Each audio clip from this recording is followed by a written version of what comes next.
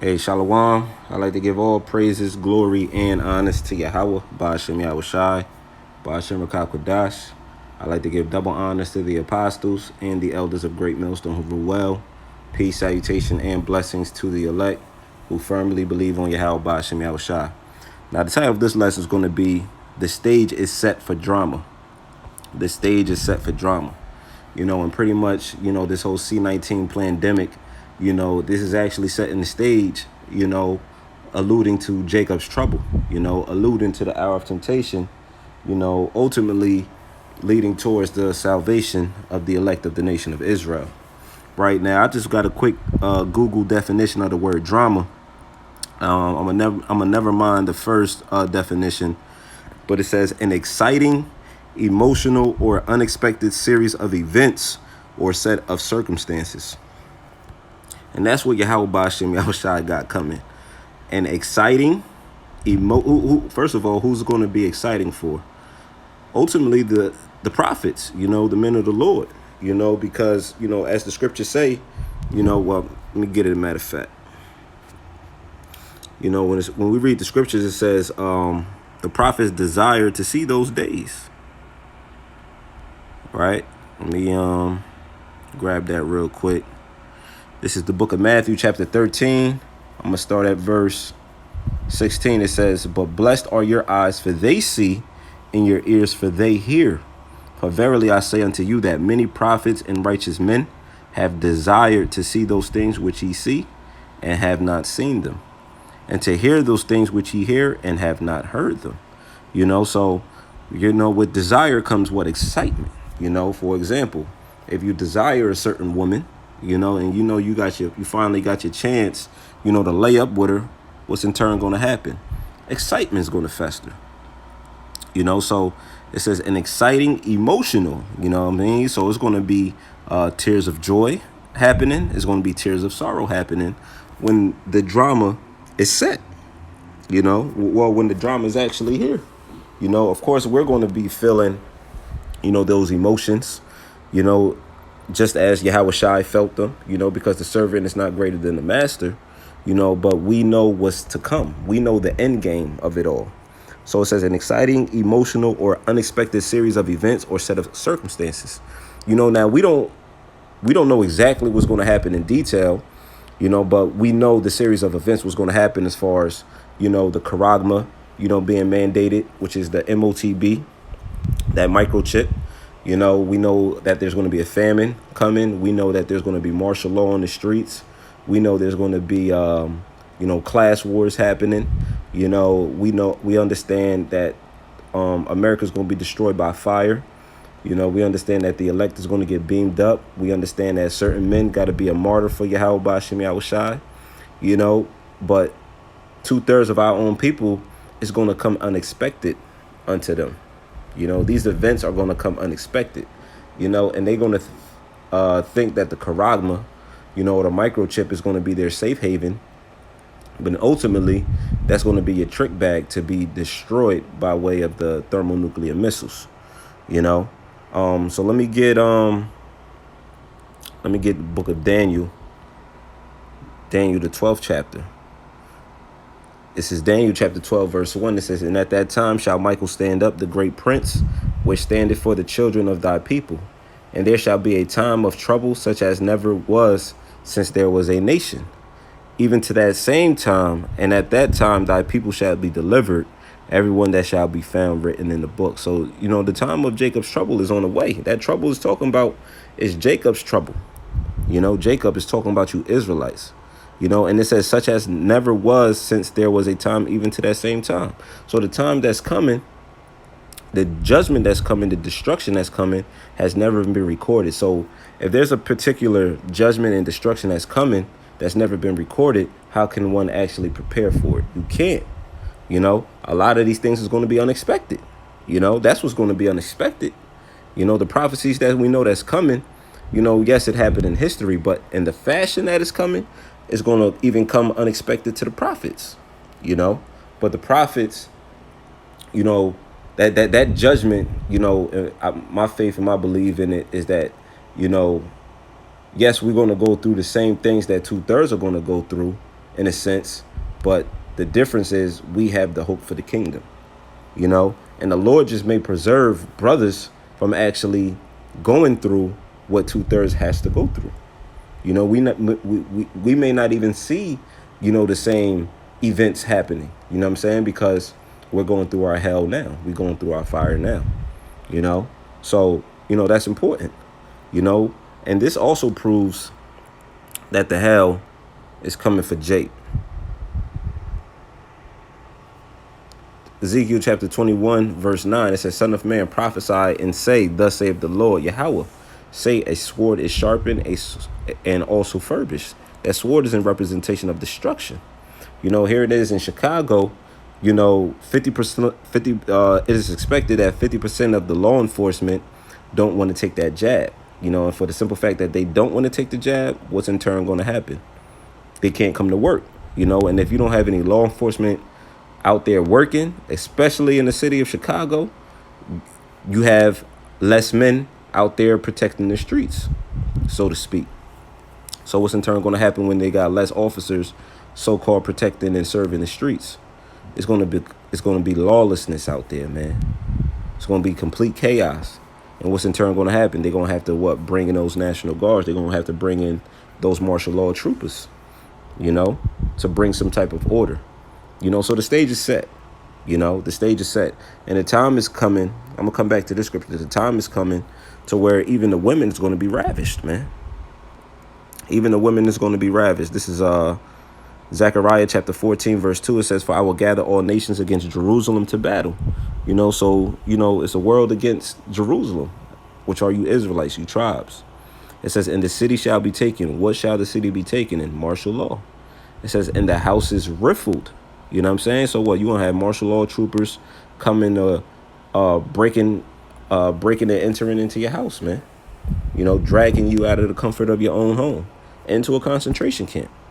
It says, And the women ravished, and half of the city shall go forth into captivity, and the residue of the people shall not be cut off from the city. You know? And that's what's gonna happen. That's what Yahweh Bashem Yahushua got coming to this society. But guess what he used to set the stage for all of this chaos? That C-19, man. You know, that C-19. And, you know, the average Jake don't even see it coming. You know, they do not see it coming, man. You know, that's why the Lord always says, take heed to the word of the Lord, because prophecy is written in it. Ezekiel 21:10, it says, It is sharpened to make a sore slaughter. It is furbished that it may glitter. Shall we then make mirth? That's right. So you got people out here trying to have a good time. You got people out here still trying to run up $1 million or $1 billion. You got people out here still, you know, clubbing, you know, having the time of their lives, man. Going on all of these expensive vacations, you know, living it up, you know. So it says, shall we then make mirth? No, man, because it's all about your mindset. If you're in a party mindset, if you're in a traveling, resting mindset, if you're in a mindset that's contrary to war, you're going to be taken, man. You know, you're going to fold when all hell breaks loose, because, of course, we're not going to prepare on how we're going to maneuver, but it's about preparing your spirit and your mind, you know, meditating, you know, on what's to come, counting the cost, right? It says, It contemneth the rod of my son as every tree, and he hath given it to be furbished, and it may be handled. This sword is sharpened, and it is furbished, to give it into the hand of the slayer. Who's the slayer? Esau and Edom. Esau and Edom is the slayer, man. It says, Cry and howl, son of man, for it shall be upon my people. That's right. The destruction is geared and focused upon you Israelites. It shall be upon all the princes of Israel. Terrors by reason of the sword shall be upon my people. Smite therefore upon thy thigh. Because it is trial, and what if the sword contempt even the rod? It shall be no more, saith the Lord power. You know, so we in that time, man. We in that time to where, you know, all hell's is getting ready to break loose, man. You know, there's certain areas in I believe Europe, I think it's Germany. You know, they say you can't enter into the I believe it's the supermarkets unless you're, you know, vaccinated. You know, so we in that time.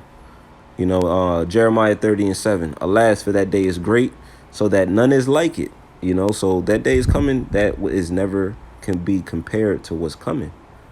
There's nothing like unto the day that's set before us. It says, it is even the time of Jacob's trouble, but he shall be saved out of it. So even though the Lord got trouble coming, the Heavenly Father is bringing forth mercy as well, to his elect.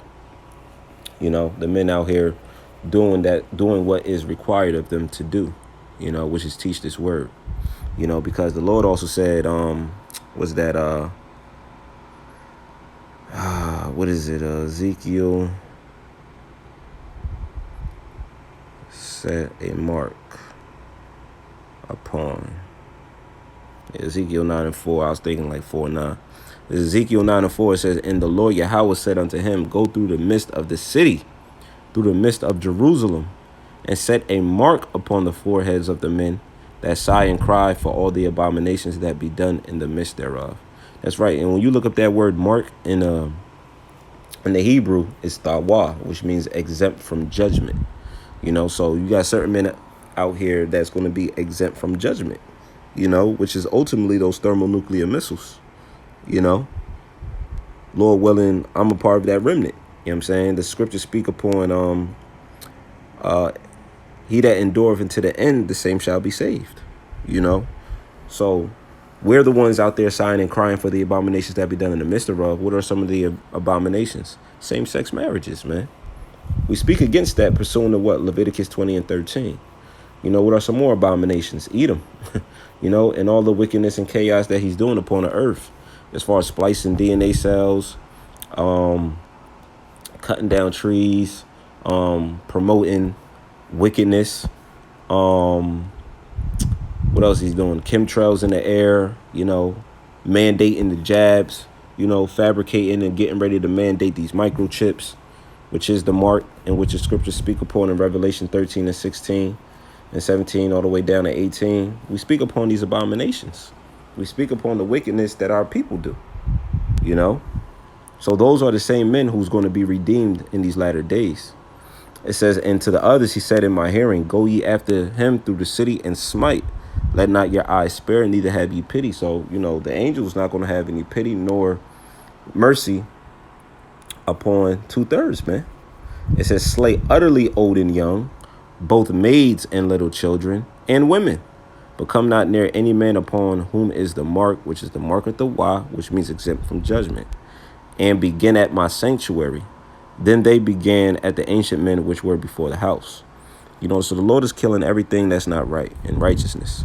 The only men that's going to be preserved, and women and children, are those who are of the elect. Straight to the point, man. Straight to the point.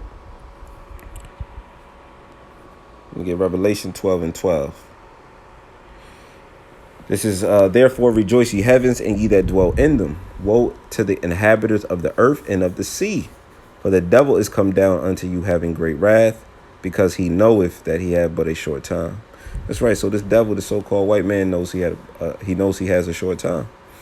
That's why he's attempting to get this thing rolling, at a rapid rate.